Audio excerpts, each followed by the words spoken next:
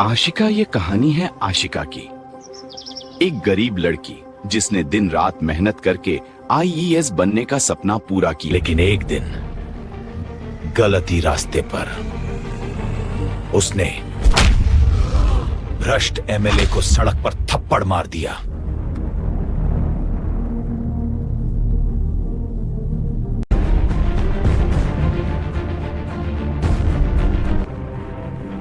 अब जानिए इसके बाद क्या हुआ। वीडियो को अंत तक जरूर देखें। गांव के एक छोटे से कच्चे घर में मिट्टी की दीवारों और तिरछी छत के बीच एक लड़की बड़ी हो रही थी। उसका नाम था आशिका चौधरी। उसकी उम्र सिर्फ 12 साल थी, लेकिन उसकी आंखों में हमेशा कुछ अलग चमक रहती थी। गांव के अधिकांश बच्चे खेलकूद और मस्ती में व्यस्त रहते, लेकिन आशिका हमेशा किताबों में खोई रहती।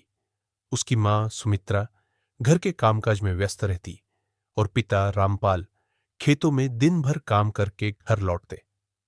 रामपाल की मेहनत के बावजूद गांव की जमीन बहुत उर्वर नहीं थी, मगर आशिका के माता पिता को विश्वास था कि उनकी बेटी कुछ बड़ा करेगी। आशिका, सुमित्रा ने प्यार से कहा, तुम्हें स्कूल जाने में कभी देर नहीं करनी चाहिए। याद रखना, किताबें ही तुम्हारा असली हथियार है। आशिका ने सिर हिलाकर कहा, मां, मैं पढ़ाई करके गांव का नाम रोशन करूंगी। लेकिन गांव के लोग उसे हमेशा हल्की फुल्की नजर से देखते। ये छोटी लड़की क्या कर लेगी? चेक का मस अक्सर यही बातें उसके कानों में पड़ती। लेकिन आशिका ने कभी हार नहीं मानी। स्कूल का पहला दिन था। छोटे से कक्षा के कमरे में बच्चों की हंसी और शोरगुल के बीच आशिका अपनी जगह बैठी। उसकी आंखें खिड़की के बाहर फैली हरियाली में थी। तभी मिस रेखा, उसकी शिक्षिका, ने बच्चों को कहा, आज हम सपने देखना सीखेंगे और याद रखो, कोई सपना बड़ा या छोटा नहीं होता। आशिका के दिल में हल्का सा उत्साह दौड़ गया। उसने मन ही मन सोचा, मैं तो सिर्फ पढ़ाई करके नहीं, बल्कि अपने गांव का नाम भी रोशन करूंगी। लेकिन घर लौटने के बाद उसे पहली चुनौती मिली। उसके पिता ने खेत में काम करते हुए कहा, आशिका, पढ़ाई अच्छी है, लेकिन घर के काम में भी हाथ बटाओ। पढ़ाई अकेले सब कुछ नहीं कर सकती। आशिका ने नम आंखों से कहा, पापा, मैं दोनों कर लूंगी। मैं पढ़ाई भी करूंगी और घर की मदद भी। समय के साथ आशिका की लगन और मेहनत गांव में चर्चा का विषय बन गई। वह दिन रात पढ़ाई करती और हर परीक्षा में टॉप आती। लेकिन असली संघर्ष तो तब शुरू हुआ जब वह 16 साल की हुई और सभी ने उसे केवल लड़ी डिडिचकी कहकर कम आंका। गांव के स्कूल की अंतिम कक्षा में उसे पता चला कि पास के शहर में प्रतियोगिता परीक्षा आयोजित हो रही है, जो आईएएस की तैयारी का पहला कदम थी। लेकिन समस्या यह थी कि उसके पास पैसे नहीं थे। मां, मुझे वहां जाना है, ये मेरा सपना है। सुमित्रा ने आंखें नम कर ली। बेटी, हम कोशिश करेंगे, पैसे का इंतजाम करेंगे। तुम जाओगी और हमें गर्व होगा। आशिका ने मन ही मन वचन लिया कि कोई भी कठिनाई उसे अपने लक्ष्य से नहीं हटा सकती। शहर में पहुंचते ही आशिका को असली दुनिया का सामना करना पड़ा। वहां शहर के बच्चे, जिनके माता पिता पढ़ाई और कोचिंग में बहुत पैसे लगा चुके थे, उसे हल्की फुल्की नजर से देखते। ये गांव की लड़की क्या कर लेगी? कुछ लोग हंसते। लेकिन आशिका ने खुद को कभी छोटा नहीं समझा। उसने अपनी सादगी और मेहनत से सबको चुप करा दिया। प्रतियोगिता के पहले दिन आशिका ने परीक्षा कक्ष में बैठते हुए अपनी किताबें बाहर निकाली। उसके बगल में बैठे अभिनव ने मुस्कुराते हुए कहा, तुम अकेली गांव से आई हो, डर नहीं लगता? आशिका ने हंसते हुए कहा, डर? डर तो उन्हें होना चाहिए जो मेहनत नहीं करते। उसका आत्मविश्वास परीक्षा के दौरान भी दिखा। सवाल भले ही कठिन थे, लेकिन उसने सभी सवालों को समझदारी से हल किया।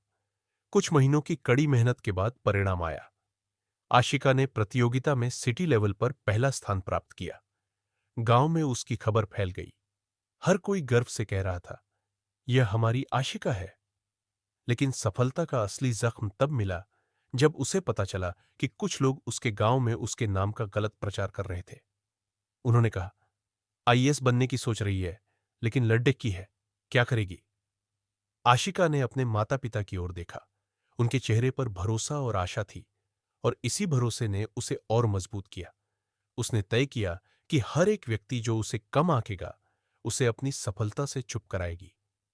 आशिका को शहर में मुख्य परीक्षा की तैयारी के लिए एक प्रतिष्ठित कोचिंग में दाखिला मिला। यहां नए शहर की भीड़, नए लोग और प्रतिस्पर्धा उसे डराने लगे, लेकिन उसने खुद से कहा, आशिका, ये तुम्हारा सपना है, डरने का समय नहीं। पहली दिन की क्लास में कोच ने कहा, इस साल के पेपर बहुत कठिन है, जिनमें सोच और धैर्य की जरूरत है। गांव की बच्ची, तुम्हें कैसे भरोसा है कि तुम कर लोगी? सारा क्लास हंस पड़ा। आशिका ने चुपचाप अपनी कॉपी खोली और अभ्यास शुरू किया। उसकी मेहनत इतनी साफ दिख रही थी कि कोच ने धीरे से कहा, शायद यह बच्ची उम्मीद से ज्यादा कर सकती है। लेकिन घर से दूर रहने का अकेलापन, नई जगह की अजनबी दुनिया और परीक्षा की भारी तैयारी ने आशिका को कई बार गिरा दिया। कई रातें वह आंखों में आंसू और दिल में हिम्मत लेकर किताबों में खोई रही।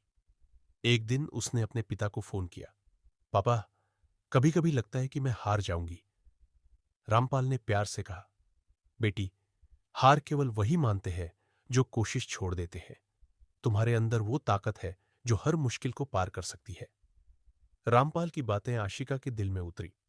उसने आशा और विश्वास के साथ अपनी तैयारी जारी रखी। कुछ महीनों बाद वह दिन आया जब मुख्य परीक्षा का रिजल्ट आया। आशिका ने कंप्यूटर स्क्रीन पर अपना नाम देखा। उसकी आंखों में आंसू थे। वह सफल हो गई थी। गांव के लोग, उसके शिक्षक और परिवार सभी खुश थे। लेकिन असली लड़ाई अब शुरू होने वाली थी। शहर और सरकारी कामकाज में उसे कई ऐसे लोगों का सामना करना पड़ा जो महिला अधिकारी और गांव की लड़की के रूप में उसे कम आंकते थे।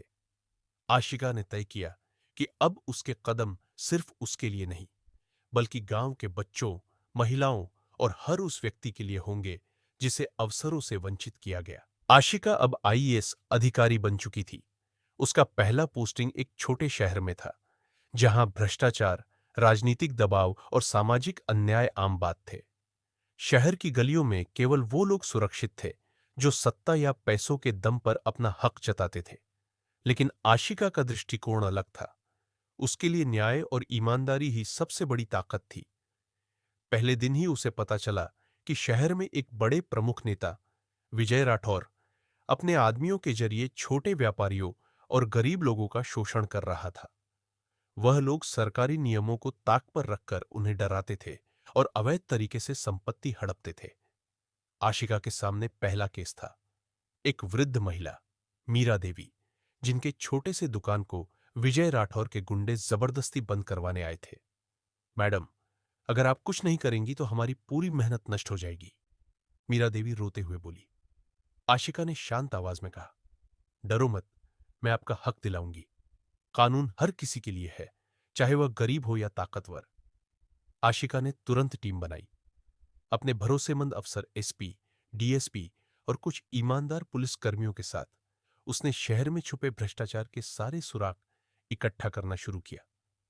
सभी ने देखा कि आशिका हर छोटे बड़े कागज और फाइल का अध्ययन करती, खुद अधिकारियों से बात करती और जनता की शिकायतों को नोट करती। कुछ दिनों बाद उसे जानकारी मिली कि विजय राठौर ने कई दुकानदारों और किसानों के दस्तावेज बदलकर अपनी कंपनी के नाम पर करवा दिए थे।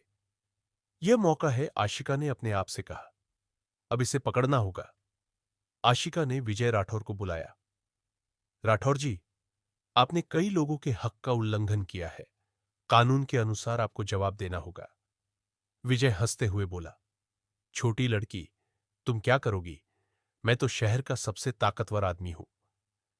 लेकिन आशिका ने शांत और ठंडी आवाज में कहा, ताकत का मतलब कानून से ऊपर होना नहीं है। अब मैं आपकी ताकत की परीक्षा लेने वाली हूं। उसने तुरंत आधिकारिक नोटिस और छापेमारी का आदेश जारी किया। विजय के ऑफिस और घर पर पुलिस टीम गई। सभी गलत काम उजागर हुए। विजय राठौर के आदमी डर के मारे भाग गए और लोग राहत की सांस लेने लगे।